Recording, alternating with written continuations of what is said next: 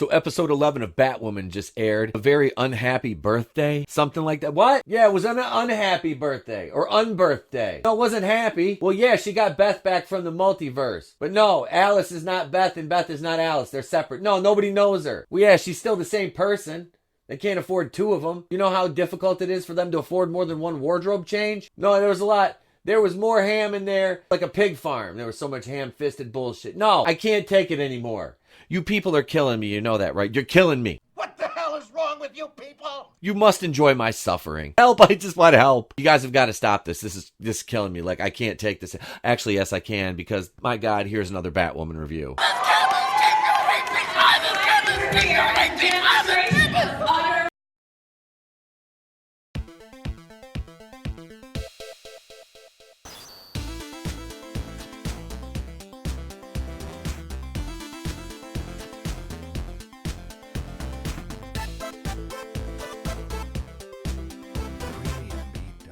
So, our episode goes right in with a cold open. And I don't mean cold in that television production lingo way. I mean cold in a let's call the time of death type of way. We pick up with Kate in Bruce's office and Beth. Yes, Beth, not Alice. Remember, we've got multiverses and infinite Earths and all that. She enters and starts talking to Kate like they never missed a beat. You know, happy birthday, says I'm back. Starts complaining about how they converted her apartment into a dorm room. Where's the hot guy in the lobby? Kate demands to know who she is, believing it's Alice in disguise. You know, Mouse being a skin mask artisan and all. Everybody knows you never go full retard. You went full retard, man. Never go full retard. So when Kate is choking Beth over the desk, which admittedly is kind of hot, and Beth maces Kate, which leads to some of the most horrendous groans from Ruby Rose I've ever heard, and she kind of no-sells the mace. Beth runs out of the office. What the fuck is wrong with this guy? Am I kidding me or what? We cut to the Crow building, and Alice is in the holding room, and a flashback to Mouse bringing her a birthday present in her luxurious basement detaining cell. A kitten in a box. What the fuck is that thing going to go to the bathroom in? I mean, I own cats, but this girl is being held against her will in a room. There's no fucking litter box, so this is going to smell like Brie Larson's apartment real quick.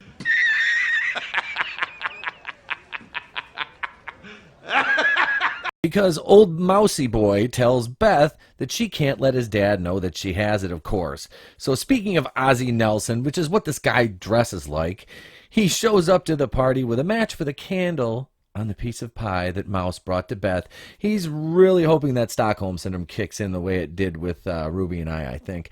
And dear old dad lights the candle. Beth makes a wish, and then Mouse asks what the wish was. She tells him that she just wants to see her dad and sister again. Then in a Red Foreman-esque moment, Ozzy tells her that she isn't supposed to say what she wished for out loud because that means it won't ever come true, bringing her to tears, and this guy, of course, kind of gets off on it, I think. He then tells Mouse it's time for class. So the only time it isn't cool to sleep with your teacher is when you're homeschooled, apparently. You're gonna fix that, right? So Luke, Mary, and Kate are going through Beth's stuff, and they discover that it's actually Beth, and we have a crisis Easter egg kind of where Beth is an anomaly of the events that transpired during the crossover event. So do you remember when Kate made that wish upon a cupcake that Luke brought her in the office? Well, you know, it came true. And that's what Kate tells Beth when she tracks her down at that closed-down waffle stand where the girls and Jacob would go on Fridays. Jesus, doesn't Gotham have a Waffle House, an IHOP, or, you know, maybe even like a Flapjack Shack? So we join overly attractive yet wooden Sophie. She's talking to Alice in her holding cell. Alice wants her book, which is, of course, the Alice in Wonderland book that Mouse had given her when she was still, you know, kind of in the basement. Sophie says, no way. Basically tells her no. And Alice, in not so many words, says something is about to go down. And Sophie wants to know what. Well, of course, there's a big cliffhanger going into the commercial break. Oh my God, who the hell cares? So we cut to Mouse, and he's on a live feed being shown in front of the Crow's brain trust, including Sophie, where he shows off two captives he wants to exchange for the release of Alice, of course. It's the sons of the police commissioner and the mayor of Gotham. And it's kind of a callback to the Burton Batman movies when Mouse says, I'll snuff out Gotham's best and brightest. Now, I believe that was a Penguin line from Batman 2. So that was just kind of a neat little callback, even for Kind of a bad character like this mouse guy is. But Kate and Beth are having a drink, and they're discussing the multiverse, of course, and why wouldn't they be? And Beth's degree in astrophysics, because on this other Earth she has that, and how life is different between the two Earths, and Beth tells her that the crash happened on her Earth too, and it was on the way home from their bar mitzvah, Mazel Tov, by the way, and Kate saved Beth on that Earth. Luke calls Kate, and then we're taken to a live news report that tells her, after he tells her to turn on her TV. So, you know, when old Luke calls and says, hey, turn on your TV, something's about to go down, we really need to pay attention to this. So the reporter on air is talking about the city being on high alert, and the commissioner is exiting, like, City Hall. The reporter says that GCPD hasn't turned on the bat signal, so she directly asks him the question. Now, mind you, this man's son has just been kidnapped by the Wonderland gang. Commissioner, does your decision not to turn on the bat signal have anything to do with Batwoman coming out as a lesbian? Are you fucking kidding me? Are you fucking kidding me? Really? Come on. What the fuck is wrong with this guy? But, you know, hey, are you kidding me? You know, I'm not a practicing Jewish person or anything, but all that ham they're serving up cannot be kosher. They're really ramping up the alphabet people. Speak now that Batwoman is officially out of the bat closet. And the commissioner says, my wife and I are concerned for the safety of our son and the other boy. Get caught up in politics here. Good luck with that 50-something-year-old white male actor. So Alice gets her book from Sophie, and we flash back to old Ozzie Nelson in the Manson family basement helping little Johnny with his skin mask while Beth watches side-eye whilst reading her Alice in Wonderland book. Fuck, I hate this show. God, it's work. Alice is playing mind chess with Sophie in the interrogation room, and Luke is discussing how GCPD aren't turning on the back signal because lesbian. But Kate is off to save the day, and to a cringy as fuck soundtrack, as always. We're treated to a motorcycle montage featuring Kate until she's hit by a big-ass truck. No, not the horrible audience score. It's Mouse and the Wonderland gang, of course. He kicks Kate in the head with the force of an episode losing 400,000 viewers, and we go to the commercial. But when we return, Kate is waking up in the car, tied up with two boys in the back seat, and of course, this is the mayor and the police commissioner's sons, and Mouse calls Sophie and tells to let Alice go. Ah, fuck you! So Beth shows up at Wayne Enterprises, starts talking to Luke. Luke tells her what happened to Kate being kidnapped by, well, her. They're working to locate the GPS on Kate's bike, and here comes Beth. Becomes Alice to try to fool the Wonderland gang and Mouse. Sophie tells Alice that her and Kate were talking in code during the phone call, but then Alice responds with the gusto of a fifth grader, well, so are Mouse and I. And it's just classic Rachel Scarston in this role, I guess. I mean, I don't really know what else to say at this point. The dialogue's just bad. It's just shite. When we go to a trip down memory lane with Ozzie Nelson pulling a Dwight Schrute and killing the cat that Mouse got for Beth, you know, down in the basement there in her little weird box. Yeah, so that was just a odd little segue they decided to take us on there. Yeah, I can't really agree with how that was I don't know. I mean, maybe it's just violence toward animals, but I mean, I'm indifferent towards them holding a human in the basement. No, I'm just kidding. It's like I said, this is just cringy all around, and it's hard to sit through, really, at times. It honestly is, but that's kind of like what the CW is about, I guess, at this point. So, we get a quick scene in the car with Kate and the other kidnapped guys, and the topic of Batwoman saving them comes up. The police commissioner's son says, my stupid dad isn't going to turn on the bat signal. And the mayor's son responds with, dude, it's 2020. Nobody cares if you're gay anymore. Editorial, he couldn't be more right. So why the fuck does this show go so far out of its way to fucking make a point of it? Oh, never mind, CW. Sophie's sitting down and talking to Alice, trying to reason with her, and it's not working because Alice is completely insane. Ozzie Nelson is teaching her in a flashback how to sew skin masks because she did such a great job with the cat sweater. You know, the cat he just killed. He was grilling her, yelling at her about this sweater. Where did you make this? Did you make this? And he's like, oh, I'm not mad. I just want to know if you made it. It's wonderful. Could you sew him a skin mask for my son? Here's some bloody skin that I just cut off somebody that I murdered, and you're like 10 years old. Would you, like I said, you're great with yarn. How would you feel about sewing skin masks for my deformed son that I probably burned? I mean, come on, man. Would you like some more tea, Polly Prissy Pants? Yes, Ed, I would like some tea, thank you. Okay, very welcome. can party, prissy pants.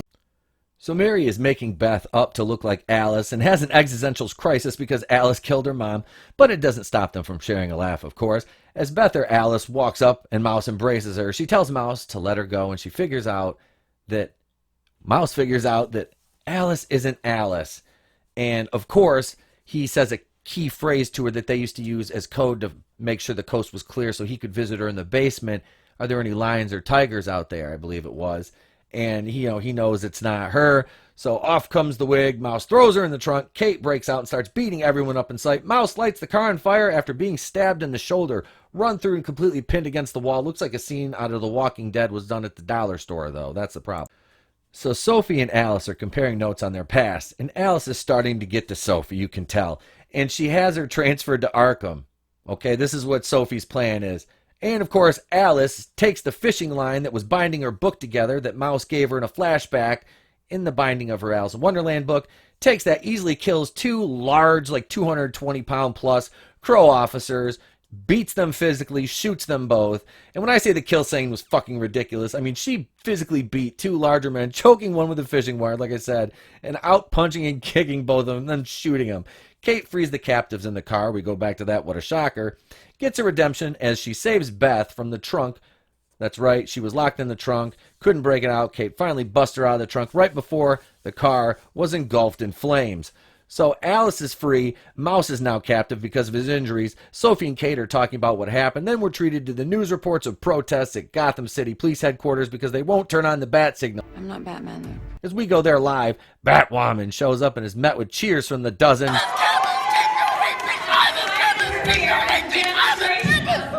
and dozens of extras they hired for this scene. Oh, God! No! God, please, no! No! No! No! So Jacob is visited by Sophie, and he flat out tells her to kill Alice. Not Beth, but Alice. He says it's about time. Wait. No, don't do that. Rachel Scarston is way too hot to die. I mean, can you believe Grace Scott was almost Wolverine? Can you imagine that? Just think about it for a second. But he's not Wolverine. He's just good old Jacob Kane, Grace Scott, on the CW show Batwoman, making that big Batwoman money, not that Hugh Jackman money. Luke, Mary, and Kate are throwing a surprise party for Kate at her new office, and we get somewhat of a happy ending. As her and Mary are discussing how Beth showing up is a cosmic anomaly, Mary basically describes how the crisis on Infinite Earths transpired without basically knowing about it. Kate and Beth get to make a wish on their cake. Then Beth starts having a pain in her head. At the same time, they pan away and show Alice kind of collapsing. Some high-pitched frequency noise, kind of like to assimilate, see the pain level. And this is due to what happened on the Infinite Earths crisis and whatnot. This doesn't bode well. Episode 11. If I really had to sum this up, I would say it was just another jumbled mess. Not much went right for this episode, down to just outside of 2 times the amount of Rachel Scarston, which I'm not going to ever complain about because she's not only is she beautiful, but she overacts and she overemphasizes things. And I think they're encouraging this and just telling her to interpret the character this way because she's crazy. But the overall cringe level, well, it leveled up again tonight, to use the expression that the kids are using. What the hell is wrong with you people? Of course, they had the obligatory references to Batwoman being a lesbian. Not that there's anything wrong with that. And of course, the obvious shots at my patriarchy. What the fuck is wrong with this guy in my head? Disposable white male characters. Ah, fuck you! To be killed off indiscriminately. You never go full retard. You went full retard, man. Never go full retard. Protests. You name it, we had it last night on the episode. Oh my God, who the hell cares? But I've learned to expect nothing less from this show, which you guys seem to enjoy watching me suffer through as I kind of throw my script to the wind here. I remember it's at this point, which I mean episode of this is the video in general, where I ask you, why the fuck they renewed this show for another season? How could they have done that? It's treason, then. Then again, I remember it's a CW and they don't give a damn about advertisers or program quality. That's a shame. Shareholders be damned. It's all about appeasing the blue check marks on Twitter. And a few weirdos, making people like me suffer that actually review this schlock. Are you threatening me, Master Jedi? So check those inclusion and diversity boxes before you even consider making an episode of a TV show. What the hell is wrong with you people? And remember, the Batwoman is always watching. You went full retard, man.